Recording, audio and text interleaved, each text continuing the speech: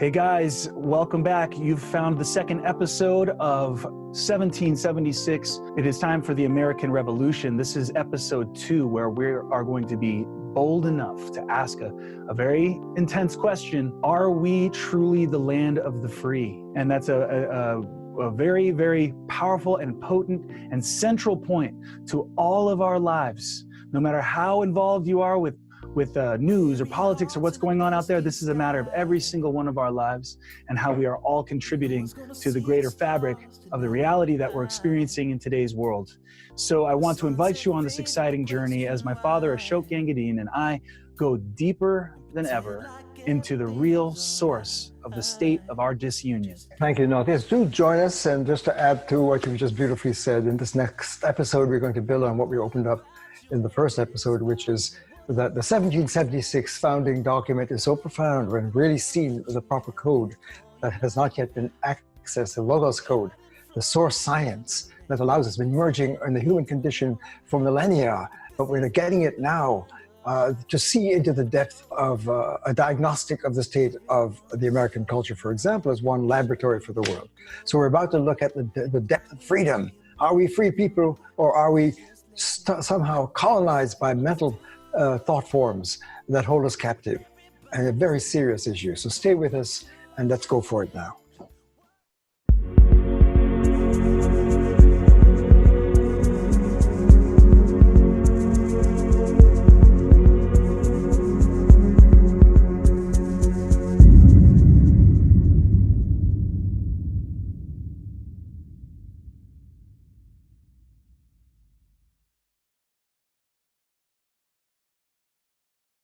Hello, everyone. Welcome back to 1776. It's time for our American Revolution. This is episode 2. Are we truly the land of the free?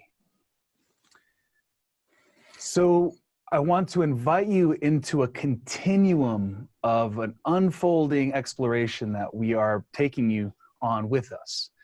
And the word continuum is key here because we don't want you to experience these episodes as broken pieces, separate units, if you will, unto themselves, but rather see it as a part of a greater theme that we're carrying throughout. While we focus on different aspects of what does it mean to be truly American.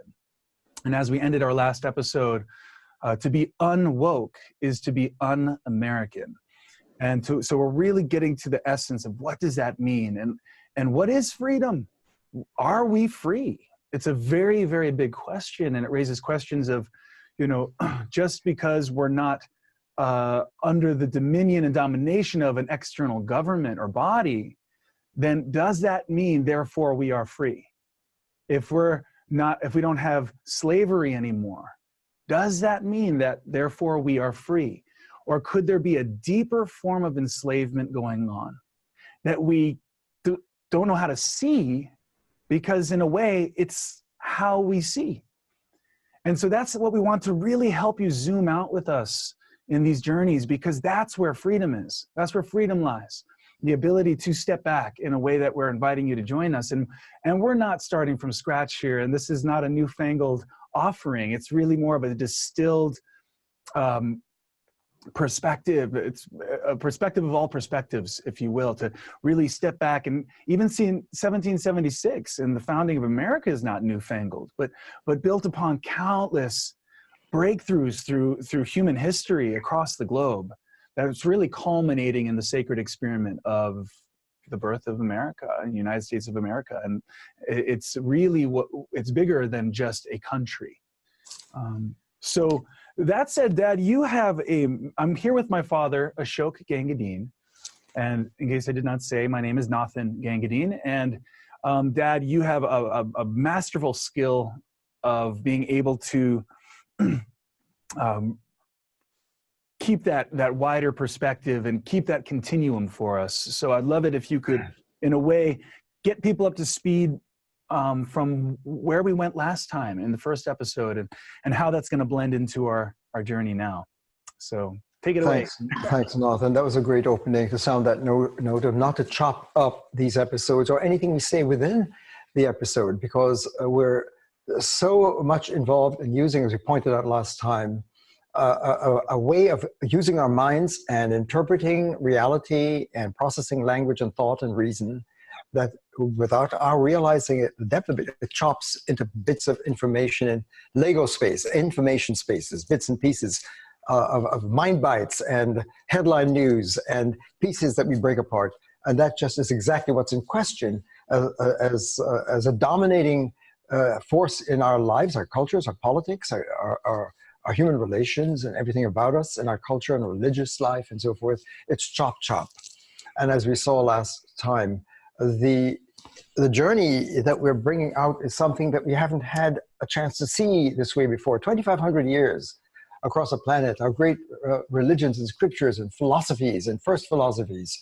A name for it is ontology, the science of being, the language of being. We want to get real. We want to tap being as it truly is. The logos, reason. If we are logos sapiens, logos reason beings, and we're cut off from the mature form of reason, we're going to be unreasoned. We're going to be unhuman in a way in terms of who we truly are. And so what we opened with last time in the light of this, let's call it source science and access to the logos code, the code of being, of reality. And what does it mean to be rational in the journey and evolution of reason itself? We saw that in this hologram that we used last time, which in my own journey of 50, 60 years as a first philosopher, logician, looking at great cultures and scriptures and first philosophies across the planet, to see there's a profound pattern emerging over 2,500 years. And when we place the holy experiment of the birth of American democracy, 1776 here in Philadelphia, in that light of the emergence of logos, it rings of such a profound meaning that we couldn't see if we were using old world mind and culture technologies that hold us captive. They're so deep they keep us captive. And what we saw last time is that there are two ways to be a human, two ways to use language, two codes of life for all of our scripts that became clear over 2,500 years. And we saw that whether you call it logos, we use the word logos from the Greek as a more ecumenical, open term for reason, the code of reason, for being, for infinite being, for the space of reality. That's what this space marked out with the double parentheses, the blue lines, and the infinite space, the logos, the unum pluribus. And here's 1776. And in the last hologram that we did together to open up, we said something really astounding in the light of the newly disclosed logos code. You could look into the human development here as we did and cross the line into the deeper space where we become more woke beings, woke sapiens. And so if we are unwoke, we're un-American, we said, because we dared to suggest, as we placed on the screen, the 1776 opening last time and read it in the light of, do we place it here or here? Because if we're holding 1776 in the pre-woke space, as we'll develop this in a moment, or we put it into the woke space, we see the astounding call of 1776 for all Americans and all humans to become human. It means human up. Leave the old world patterns of objectification, of chop mind, of Lego sapien, forms of thinking and thought forms that objectifies everything around us and each other and our lives and the source and reality itself. So we download our scripts into the space that we are, and that there's a line that it creates that we looked at. So you could have American culture here, or any culture, or any religion here, or any form of life here, or science and arts and education, and all of our lives here, or cross into the deeper space that we looked at last time. And so just to open up the theme now, is that we saw, as we read the 1776, this line is created by the matrix, and I'm using red because it's so bold, that this means that there is a technology we're using and is using us across the planet in our human development. And we have information here. But the great teachers who are tapping the source, the code, whether it's Om, Brahman, Allah, Tao, Buddha nature, Christ nature, calling us to the Christ, to leave this and come into the Christ, to get woke as a being. That we saw that that's the source of our ontological rights. We hold these truths to be self-evident, that we are endowed by this infinite source of being and logos and reason with unalienable rights. It means you can't strip it from us. It's not an attribute. It's me. It's us, humans here, have indigenous, intrinsic rights granted by the infinite force that can never be separated. And that is what all of our culture, all of our religion, all of our politics is meant to serve, that protect it, enhance it, bring it forth at all times. And 1776 Declaration declares beautifully, as we read it last time, that at any point in our journey, if we find that our form of self-governance is violating our noble status as human beings that can not be objectified, we're not things, we're not objects, we're human, we're persons. And that is what the great holy experiment of 1776 and the American adventure is calling us to inhabit the land of the free here. So we saw, we can vote here, we can have politics here. We'll see today why this place is so tragic in a way, given the wisdom across the planet, that we ourselves allege to follow as rational beings. And that the 1776 is almost like a scriptural status for us. As we take it as our common ground, but if we place it here, we're not getting the full medicine of the vision that was being tapped, the source code, if we see it here. So America here or America here, this is the land of the free. And if we vote here and have our broken politics here, and ideology here, and sophistry, and spin doctors, and information, and we're informationizing each other, and we're raising our kids in this place, and we're having sexism and racism and homophobia and all of the different disorders of ethnic cleansing and supremacy of one ideology over the other, and civil war and brokenness. That's what we get in this space. Mm-hmm. And yet that's where we are. And this technology cuts us off from source by its nature. And this is where in source it's unum, your point about unum pluribus. Because reality, the great geniuses across the planet, the great scriptures saw that reality is unbreakable, because it's the flow of the infinite force of infinite unity, infinite unum, and all of the pluribus is always in the unum. So all of our worlds, all of our languages, all of our cultures, all of our religions, all our political systems, all of our nations are still in the source. It cannot not be, but we're cut off from the source. So when we use language here or information here and get cut off from the source, it's disinformation. And when we see it, when we see it in the full maturity of the source code, it opens up with meaning and truth. So if we're here, we're cut off from truth. We need a deeper technology to access truth. And so the double parentheses marks the technology of getting woke. This is the woke place. And so culture here, politics here, democracy here, dialogue here, human relations here, love here, compassion. That's the unfinished American Revolution. It's not a revolution of violence or guns. It's a revolution of the heart, of love, of getting woke, of reason. That's what we're trying to say. So if we're going to vote, the vote now, all of us, in the American lab, I call it the laboratory of the holy experiment, but here, we've had 250 years of warm-up practice trying to fulfill the 1776 call to woke democracy. But if we're doing it under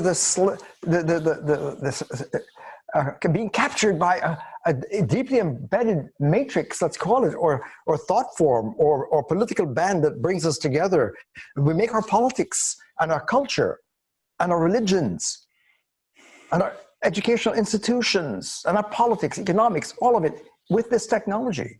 And we don't realize it's cutting us off from a deeper access. So now that I think what we like to say is that if America is here, used under the sway of this technology that colonizes our reason, rationality is colonized in this space and liberated in the woke space. So what we were asking in this sequel, the first sequel, is that when we vote, we need to vote and ratify ourselves here. I'm a person, right? It's here. It's not that when you're a Lego, a separate entity here, we'll see why. When you're here, you're cut off from connection. And everyone thinks when you hear, we hold these truths to be self-evident, that we're endowed with unalienable rights. We arrogate it to ourselves here. We don't see that it's the source, it's being, it's reality. Call it God. You don't have to call it God. That's endowing us with the rights to be a human. Those are the sacred rights. So what we would like to explore, Nathan, I wish you would take it and see how you'd like to say it, because to the extent that any human or culture or politics across a planet, not just America, but we're looking at the American case now, in the case of 1776, but it's for all humans. If we're here and entrapped in using our culture within here without knowing that there's a matrix that's holding us, that's a form of mental enslavement, rational enslavement. It's embedded matrix that's shaping everything in our lives and having a disastrous fallout. And if we look around the culture in the American scene now, and people are seeing something is wrong, something is not right with democracy. It's broken. There are battles at all fronts. There's gridlock. There's government shutdown. Build a wall. Should we be building walls or opening up to open space in the open free range of a human life? Here, the human, have we become a free people? We can be free here relatively in this space because I don't have someone bossing me or ruling me or enslaving me or imprisoning me. I can be free here. I can be free range in this space. I have freedom. And it's often said, my freedom to swing my arm ends where your face begins. Is that real freedom? Is that the freedom of Buddha, who says, while you're here, you're suffering, and when you're here in the Buddha law, the Buddha reason, then you're free? Or the Krishna teaching Arjuna, here you're broken, you're going to be in a war and battle with yourself and split. But when you're here, you have to sacrifice this, Krishna teaches, to enter the Om space, the woke space. Jesus saying that we've got to let go of this and get to the Christ. I am the way, the truth, and the life. That's this voice speaking. The Christ voice is the voice of Logos in the flesh speaking. You can't speak about it when you're in the flesh. You can't speak about it. You have to speak it out of it. You've got to manifest it. That's a human. So all the great teachers across, Abraham, Moses, Jesus, Muhammad, Buddha, Krishna, Lao Tzu, on, they're calling across the planet from the deep space. Folks, we need to mature. We need to cross over. Let's use a different color. This is extremely important. We need to leave this space and cross. Very difficult crossing from a matrix here into the woke space. So that's a theme we want to explore now. Love, are we really free? If our culture, if America is here, and we're speaking of we're the leaders of the first free world and a first world country, when what is first is first is Yahweh, Allah, Brahman, Tao, Om, God is first, source is first, whatever name you use, being is first. We don't have to be religious here. But if being is primary, and the great call of being scientifically in source science is first. We must place first. And here's derivative. We download this script here to where we are because this is the script that holds us captive. So basically the challenge I'd like to bring out and allow us to dialogue together is and we need to make this clear, what does this red line mean in terms of an embedded matrix that captivates everything we see is in here? And this dominates, and the fallout is enormous. The matrix effect of Lego space, let's call it Lego because it cuts things apart and cuts us off from source. The fallout for human culture and lives and experience and human relations and raising our children is disastrous. Can we live a healthy democracy in this land or this land, the land of the free? That's really where I'd like to go. And I'd like to suggest very seriously, in the light of the Logos Code that we're bringing forth now, after 2,500 years of emerging on the planet, we didn't have this with such clarity, access to the Logos Code, the rational code, the source code, the code of being. right? We can have an ontological diagnostic of where we are as a culture. What is the state of the union here? It's scattered, it's fragmented. We're not one nation under source, indivisible. We're highly divided, divided states of America. We're captured by a matrix we don't yet understand and have not called out. It's having disastrous medical effects on our lives. And that we need, by the very call of 1776, to leave these thought forms and political bands and codes and conventions and memes, whatever name you use, the codes, the grammars, the laws, the logic of this level of rational development to come into a more mature form of integral, holistic, nonviolent culture. So the revolution or evolution called for in 1776 is one of love. It's getting woke. It's a rational revolution of reason. It's nonviolent. In fact, it's leaving violence and moving into nonviolence. So I'd like to just have you chime in now. What comes up for you in the quest for are we truly free? Oh, so much of this. And I want to zero in on some verbiage that you're using that of course I'm used to and accustomed to in the way that you mean it. But what struck me right off the bat, and this is just one of the points that I want to bring to the fore, is this idea of technology. Now, it strikes me that most people are going to hear the word technology as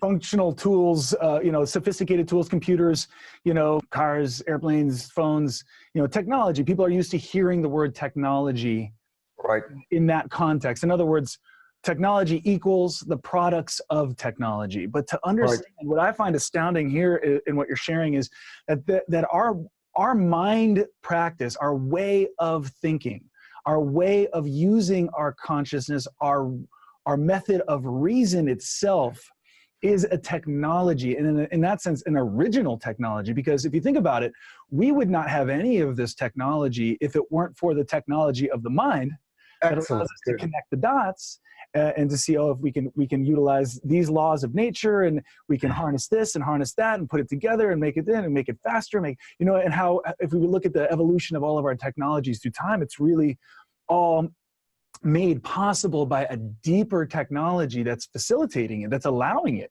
If we didn't have the technology of reason, in other words, I'm wanting people to get the magnitude of this, because if we understand without exception that every single human being has to be using reason and some form of reason, and it's a technology, and as such, it can be misused and abused and abusive. The technology itself can be an oppressor. Good, excellent. Mind, and that's what's so mind-blowing here. And what I love about it is, and I want to just make this point too, because our focus is freedom.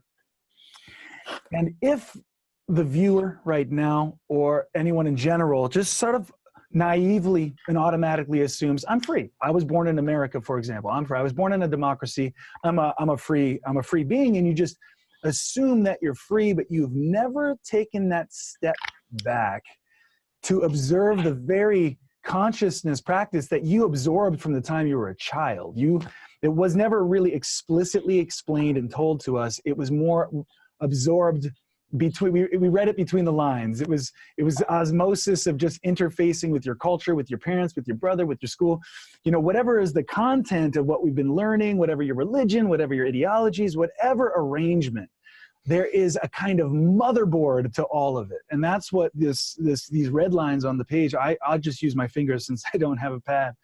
But I really want the viewer to get a sense of this, a visceral sense of it, because I want to point out that we're used to this oppressor. If we were talking about governance, it's like an internal form of governance that we don't even... We're being governed. We're being governed by something we don't understand. So when we're here, so if I just put that behind my eyes here, those red lines, these are the red lines. This is the matrix, as you've been calling it. The internal governance. The logic, the matrix, the code, many names for it. Yeah, good. It's back behind my ears. I can't see my fingers. I can't, they're there operating full time, right? And if we don't know, and this is what's generating all of this, like you called it earlier, chop. It's chopping everything. It chops gender, it chops sexual orientation, it chops religion, it chops ideologies, it chops red from blue and right from left, and it chops everything. It's the chopper program. It's like a virus that gets implanted, and just we don't even know that it's there. So here's the point I really want to get across. We're not free as long as this is governing our every thought, action, choice that we think we have. And our being, our life. Yeah. Our being and our life, we think we have choice in this space. It appears that we have choice. Like, am I going to vote Democrat or Republican, let's say, but that choice in this space is really not a choice. In other words, and that brings in the theme of vote, a deeper meaning of the vote, which renders who enters the presidential office almost as secondary to this more primary vote. That is not about going to the ballot box and checking a box, but it's a vote that you demonstrate in your way of being. Good. Are we going to stay the land of the slaves or the home of the free? Are we going to choose? So what I love about this, and this will be my closing thought for this section of feedback, this is an equalizer in the sense of everybody, every American, young and old, black and white, female, male, all different orientations. This is where, when we see, and this is what I truly believe in my heart, just from witnessing it, I see people wanting to be, if this is the single bracket oppression, this I'll do the double bracket fingers to kind of symbolize, this is the free being, we want, and this is love, and this is peace, and this is harmony, and we want that. I believe that we genuinely don't like to see the violence. We don't like the clashes. We don't like the suffering. But here's the thing, guys. If we don't know what's generating it, you may be able to easily say, well, that person's a racist, and I'm not. I'm better than they are. And so the answer, therefore, is get rid of that person or get rid of that symptom. But we may not realize that we're still not getting to the root that generated that racism or whatever the unpleasant symptom is that's appearing. And so I feel there is a genuine, good-hearted attempt in so many people to want to take America and to take the planet and the people to a higher level. But it must be pointed out that if we're trying to do that, to quote Albert Einstein, to try to solve a problem at the same level of consciousness that is generating it, then all of those beautiful, heartfelt efforts, as noble as they are rendered impotent and futile if we're not getting down to what's causing it. And so this is so exciting if you can hear what we're calling out. If you can pull the technology forth, see, kind of zoom out. That's what I meant by zoom out when I said that earlier. If we can look and really start to understand what's governing our thoughts, and therefore our being, and therefore our choices, and therefore our solutions, and everything that we're trying to do. If we can pull that out and see it, that's how we begin to come into the true freedom. So I just wanted to reflect that back and hear what you think about that.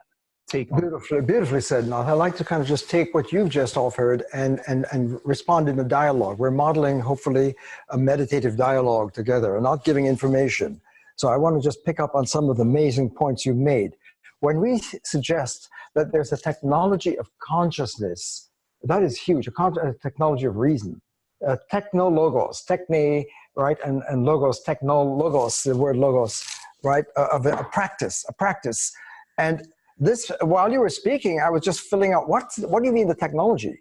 Well, we could call it a logic, a stage of using language. Language is a fantastic tool to be able to tame and harness the word and have word power here. And this diagram in the hologram, behind this wall, this single bracket red line technology allows us to do this. What's this? The person, the thinker, the user of language, wherever he or she is, here, has this screen of awareness that we see. And we're processing our language and our experience, and our world is all showing up in this space. This is where the information, the feelings, the emotions, all of our experience, our worldview. And this line here is the lens that we all have in our culture. Whatever it is, we can have multiple lenses. And what we see is what we get. What we see in the screen of awareness, it's amazing. Logicians call it joining pieces of information. Socrates is wise. America is a democracy. Jesus is my Lord. God is love. All these things, or isn't, is or isn't, every is, and we have this content. It's an object of information.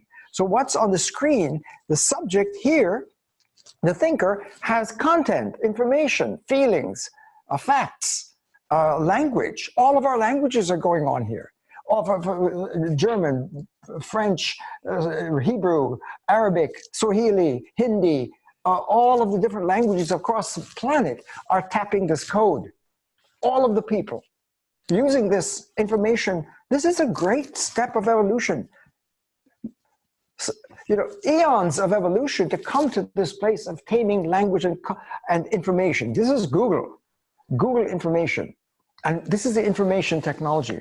And when you say chop, chop, why? There are laws, profound logic of reason in this space. Whenever I write a word here in this space, I'm going to mark that we're in the space by putting single. So reason here, or language, here's language, the word, but the word here, language here, double bracket language is a profoundly deeper script than language here. Reason here in the woke space is woke reason, is deeper, because when we cross from this language barrier and technology of consciousness and making our worlds into the deeper space, the woke space, that we're saying this is a journey on the call of 1776 to bring America to the woke space, the land of the free here, because the land is not physical land. That's the cool. land is a land of the mind, how we're using our minds. Why?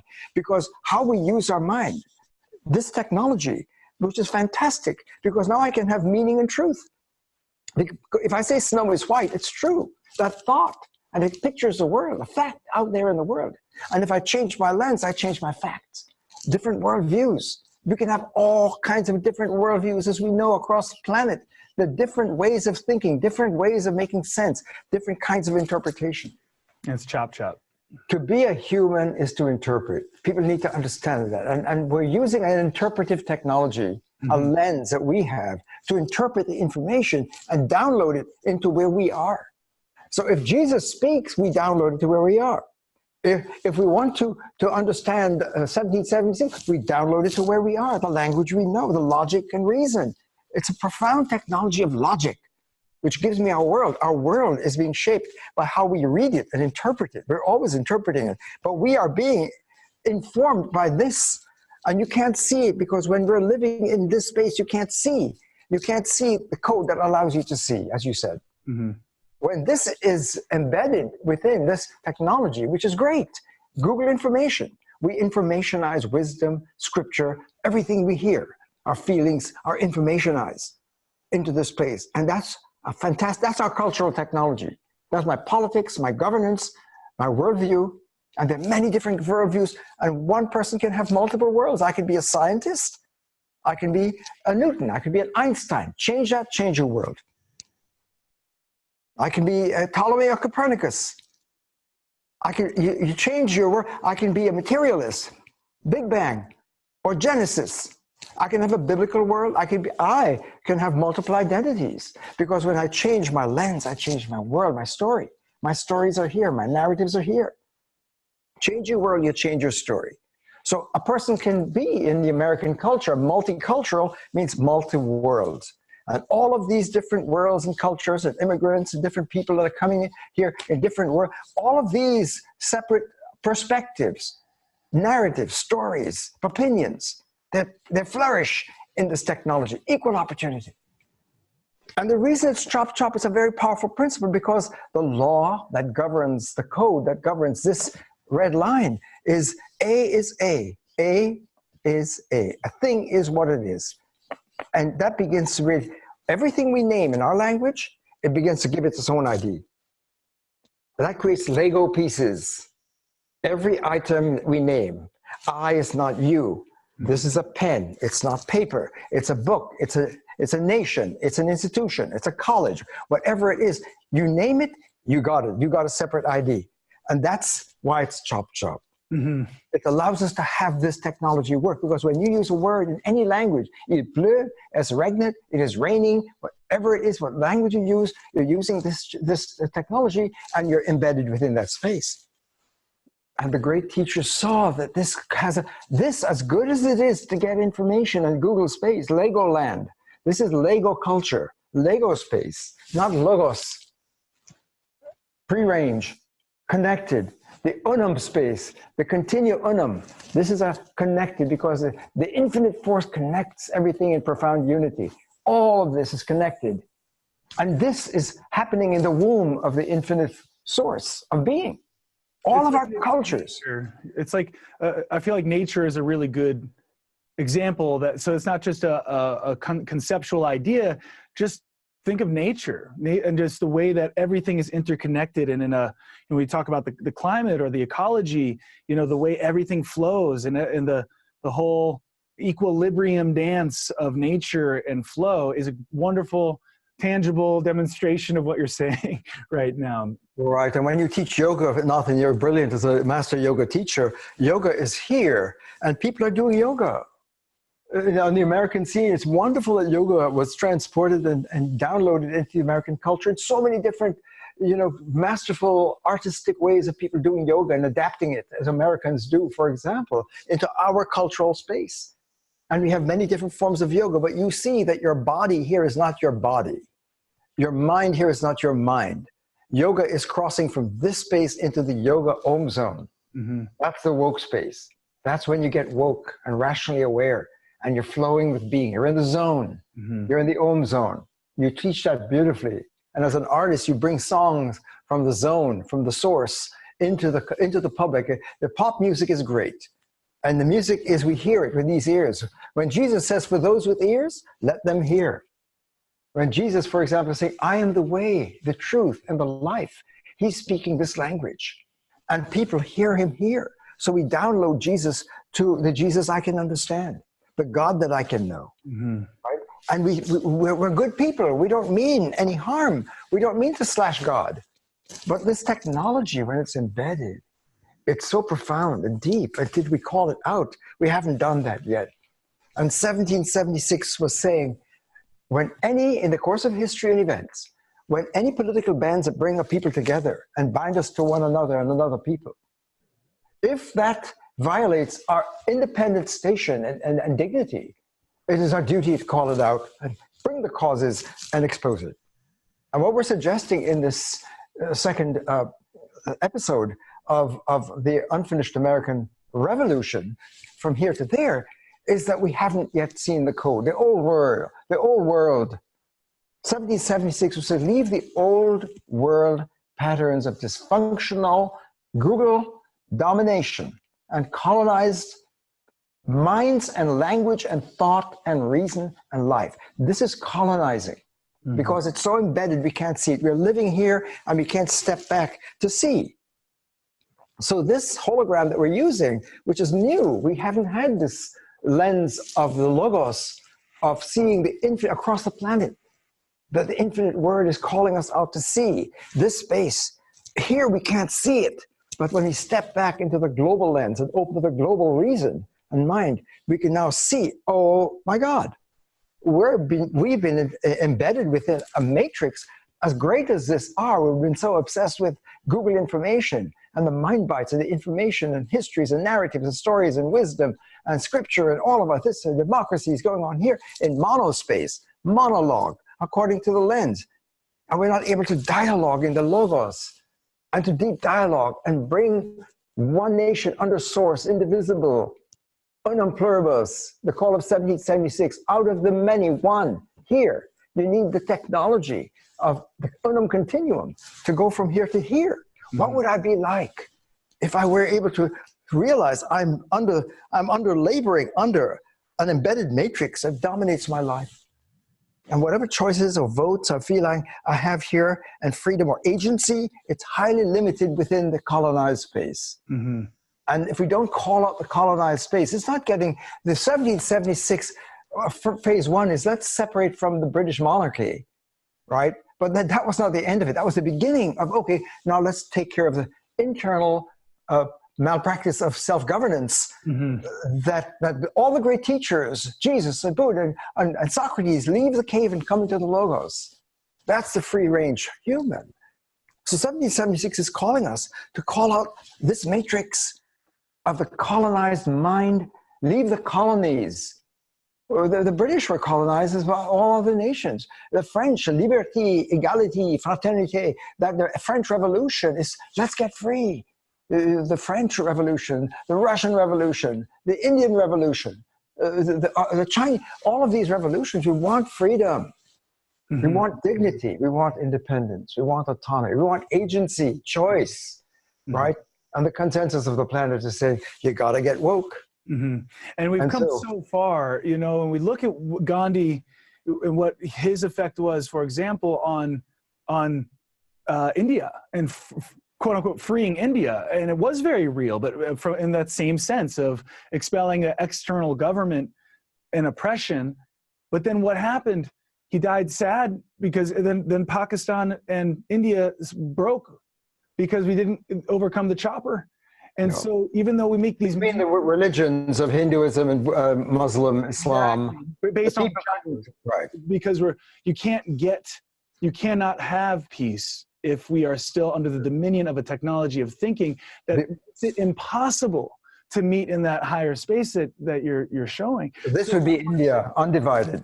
That's not to diminish the breakthroughs. All of the breakthroughs, you know, along the way, including the actual 1776 moment in history, were necessary, you know, the abolishment of slavery, necessary, and the countless examples of steps that we're taking, all necessary, and an indication that we are moving in the right direction.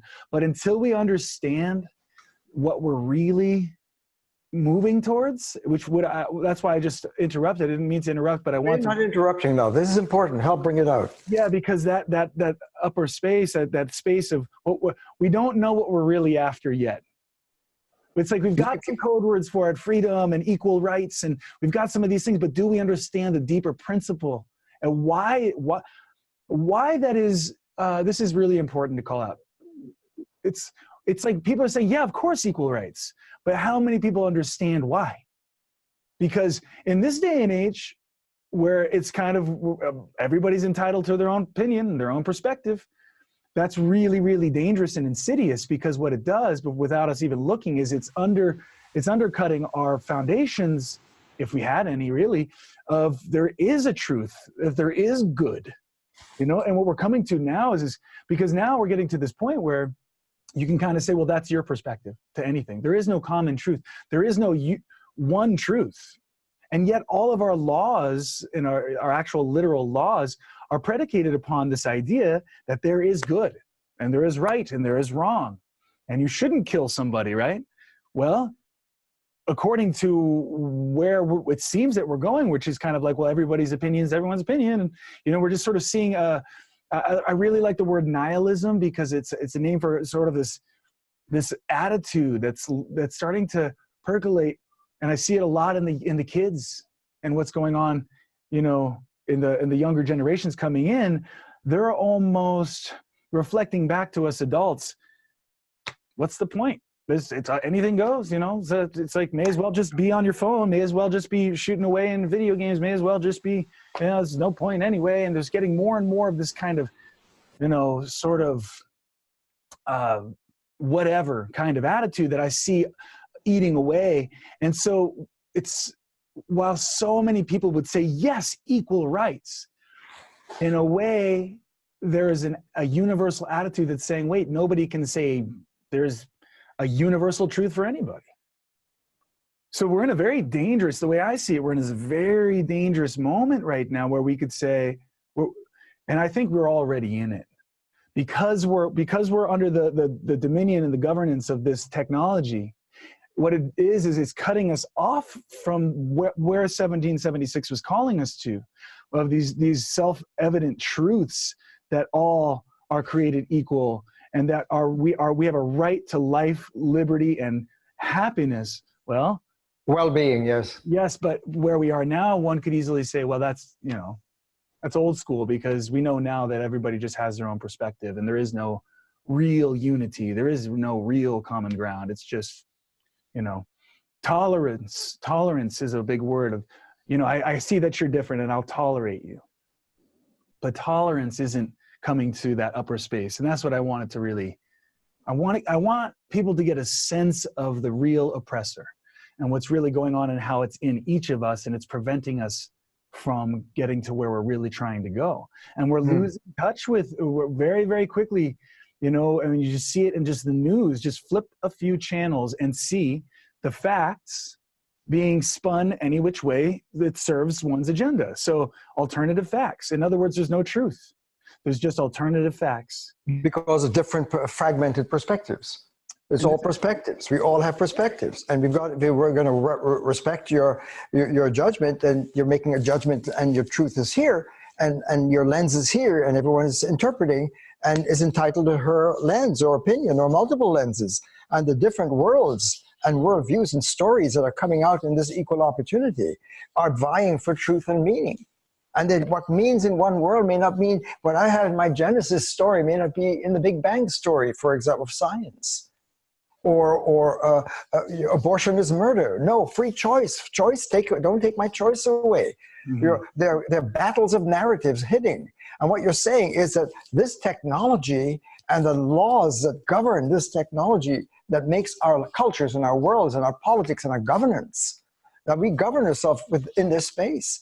And if we find that there's gridlock and breakdown and polarization and in the Congress and in the votes and perspectives and self-interests that are going on in the marketplace of democracy here, where democracy is saying we got a dialogue in sacred dialogue as woke humans, which 1776 is saying the noble, independent human, the person is not an objectified person here in this space. If we objectify each other, and we're cut off. This line is disastrous, and it's not new. It's been all the way through our recorded history, emerging of culture, to understand that our narratives and stories and level of language and reason here in this space, which is a technology across the planet. When you say nihilism, it means it cuts us off from the real deal, reality, being.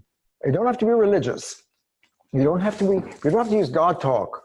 Or talk about different ways in which this diagnostic has been echoed across the planet in our wisdom and enlightenment teachings for over 2,500 years. Right? This is not new, what we're talking about. That this is a place of suffering. Why? It cuts us off from ourselves. When I put myself here and process myself here, I'm cutting myself off from me. I get cut from myself. Right?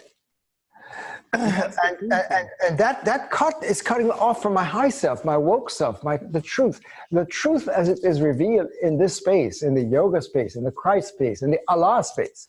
All of Islam is surrender to Allah, which means surrender means let go of this space and technology. The children of Abraham, let go of Isaac, sacrifice, put me first, Yahweh says. The call across the planet is first. The first things are first. The source is first. Being is first. Reality is first. There is the truth. So in Jesus' version of this, I am the way, the truth, and the life. That's life, liberty, freedom. That's Christ speaking. Here, that's a deeper logos in the flesh. Because you can't talk about it. Here in Google space, you can talk about it and give the information. Objectified information. When you cross into the zone, into the woke space, the other and you are infinitely bound already. We always were. And this is nonviolence. This is compassion. You see yourself in the other. You see yourself in nature. You see yourself in your children and in each other. This is nonviolence in the work of art, in the music, in in the politics. It's all interwoven in unum pluribus. And it's not a religious thing, to be clear. Let's say that you identify most of the options down there in the single bracket space, you identify most with atheism as the tag for I just don't buy into God talk. I don't buy that there's a higher power and all, because it's become so colored by this version of religion and God talk. And so you reject that, but you don't realize you make, by pushing it over there, and etching out your own space for atheism, you don't realize you're still laboring under the same governance of your consciousness that is keeping you from reaching what is beyond religion or atheism, which is what you're saying at the top space: goodness to one another, love, peace, ethics. That's not about religion. That's reason. So I just want to be very, very clear for anyone there. It does not relate to any God talk and anything that even rings at that. Just think of it in terms of reason, sense, goodness. That those things that we can want. I think what's clear in what I was saying earlier is people want that. If it were a matter of us wanting peace and love, we'd be there. But it's not a matter of wanting, and it's not even a matter of good person, bad person. We got to stop doing that game because it's keeping us here. It's a matter of really of competence. And that's what that's what the call of 1776, dare I say, we haven't fulfilled that yet. We're not yet the land of the free, based on what 1776 was saying, which was not talking about the British oppression. For the whole first page of it, which we read last time, it's not mentioning a specific instance. They're talking about external governance. Yeah, it's a deep principle, in other words. And what I keep wanting to point out, there's external governance, but it's a product of the internal governance. That's the point. Something that we're not saying this for the first time. We're showing it in a new, really distilled, clear way. But this is what the whole entire, once you understand the wisdom progress, both religious and not, of just the history of logic and thought and philosophy, which led to natural philosophy, which is science, which is the science that we revere now. And you understand these whole tracks, they're all trying to get to what? What's real? What's true? We're trying to get to reality. So that's really where I just wanted to bring that piece in, because I think it's very, very important. That's extremely important, Nathan, because one of the virtues of the American holy experiment is to separate religion, state from church. But you could have state and church here, or you could have state, the polis, the word Greek for the community, the meeting, the nation, the people. We, the people, across all of our boundaries and borders, as a multicultural society with all of these worldviews in the marketplace.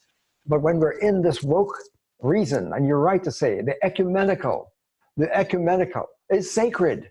This is sacred space. So ecumenical means global. It's equal opportunity. It's open. It's free land. It's free range. It's open. Yeah. The truth is not just one particular language or narrative or perspective that dominates the ideology. Truth is not an ideology, a story, a narrative that you subscribe to, that you believe is capturing and picturing reality out there. And all of the different competing stories and ontologies or narratives of reality, of what is true and real and makes sense, it comes down to your perspective. Mm-hmm. So when you speak of nihilism, nihilism is just only one diagnostic of being cut off from a direct access to being, reality. Mm-hmm. Reason. This is a woke place of reason, of the logos. And it's sacred, but it's not religious. It's not a religion. It's not an ideology. In this space, we are always going to have an ideology competing for the Google space. Which story is the right one? Is it science? Is it feminism or various versions of feminism? Is it a religion or is it not?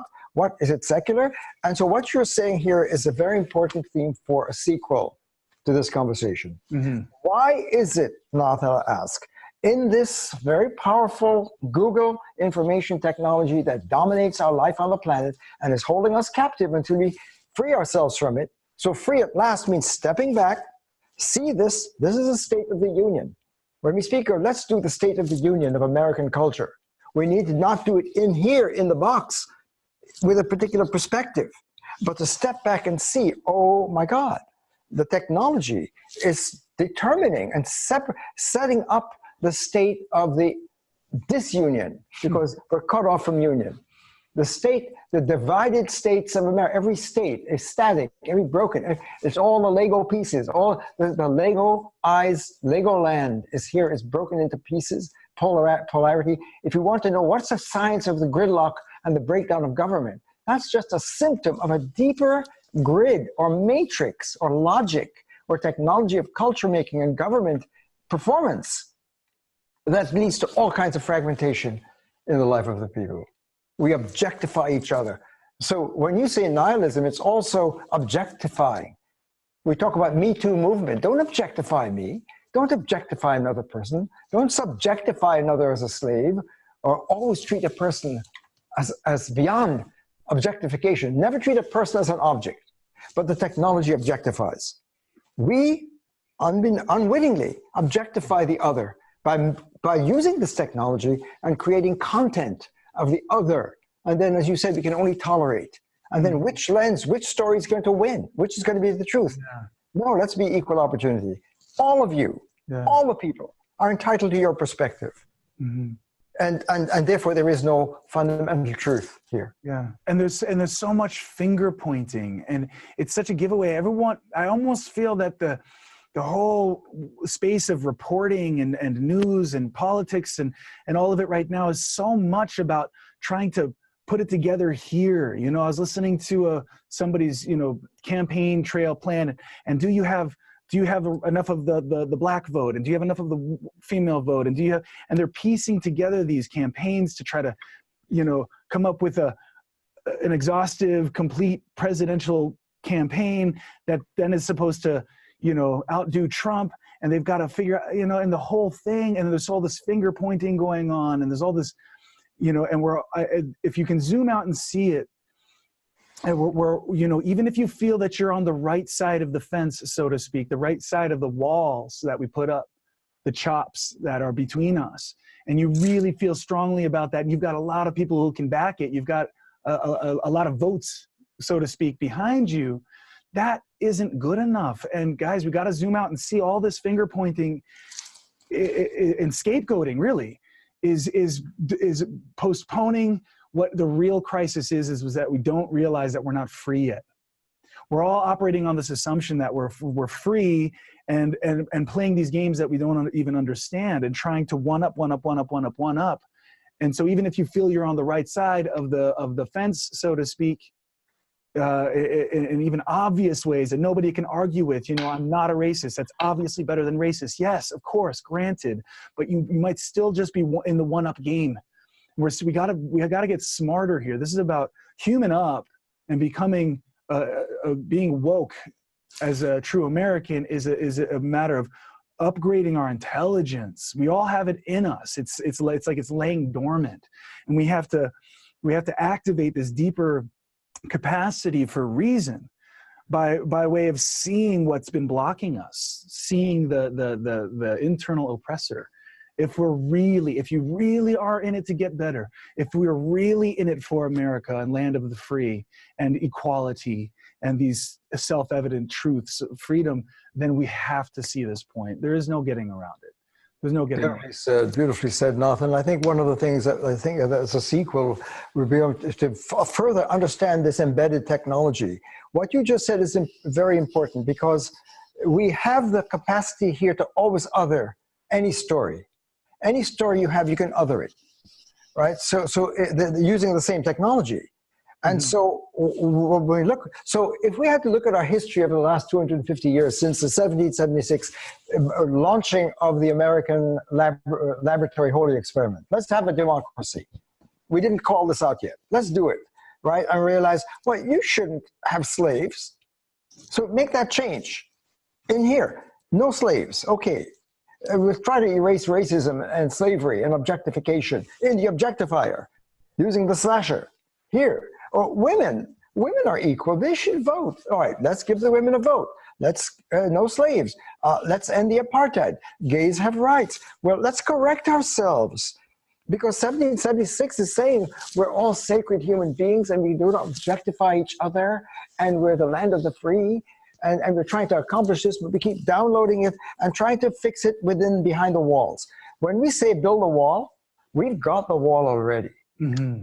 We've got the wall that's holding us. This red line is an embedded stage of human development and reason and culture making and dealing with our politics and governance. Here, governance behind this wall, right, is a form of enslavement. Mm-hmm. Mm-hmm. If our mental functioning and technology is embedded with a matrix we haven't yet called out and seen and understood, then we're the slave to that matrix, that code, that logic, that stage of reason. And therefore all our lives are labored in that space. That is not the land of the free. Lego space, Lego land is not Logos, land of the free. So this is very serious. Diagnostically, with the new science of the Logos and the source code, that we could see for the first time, oh my God, look at this. We didn't see this. Here's the state of our cultures across the planet, to the extent that people in all nations and all cultures and institutions and forms of education and politics and governance are behind this wall. We are going to be using a technology that's going to divide and break and have a broken pluribus of multiplicity, and then try to piece it together in Legoland to synthesize connections artificially, rather than going into the deep space of flow, of woke, of compassion, of love, of ethics, of the honor code, where the humans are in the land of the free. This is life, liberty, well-being, freedom. Freedom is not here. Liberty is not here. So the call of 76, we have granted by the source, being itself, humans as source sapiens, life, liberty, well-being, pursuit of happiness, that's well-being. Being, if we're cut off from being, which we are here in this embedded space, colonized, then we're not free beings, we're not free range.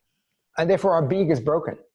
And so we can't be happy, we can't be fulfilled, we cannot be flourishing, we can't have a democracy. This is a place of dialogue, of deep dialogue, where we can really open up to the other and accelerate our diversity in connectivity of unum pluribus. So this is hugely important now. So what I'd like to do in the sequel, I don't know how much time we have. We're right at that 1 hour mark right now. Okay, well, next time we'll talk about why we could always other. We can make changes, but it's still behind the wall. As long as we're behind the wall, we're not fixing it. We're dealing with surface symptoms. As important as this, no slavery, women can vote, gays have rights, end the apartheid, segregation, all of these are beautiful advances called by this. The source is calling us, and this is right. But as long as we're here, we're not free people. We're not going to medically get to the source of the disorders. Awesome. Guys, we're going to keep on deepening this. Keep on the continuum with us and keep deepening with us. I promise you will start to be able to get that feeling of zooming out and being able to see what's really eating away at our oneness and our unity, and the cause of our disunion, the state of our disunion. So if freedom matters to you, if America, which is a sacred experiment for the whole planet and humanity, if peace on earth, if climate health, all these things are important to you, and I know they are, let's get to the source of the infraction and let's get to the real cause of it. That's what this is about, and that's what Human Up is about. So we'd love to see you in the next episode, where we're going to continue to take this deeper. So please join us, and thank you so much for being with us today. Thank you, Jonathan. Well done.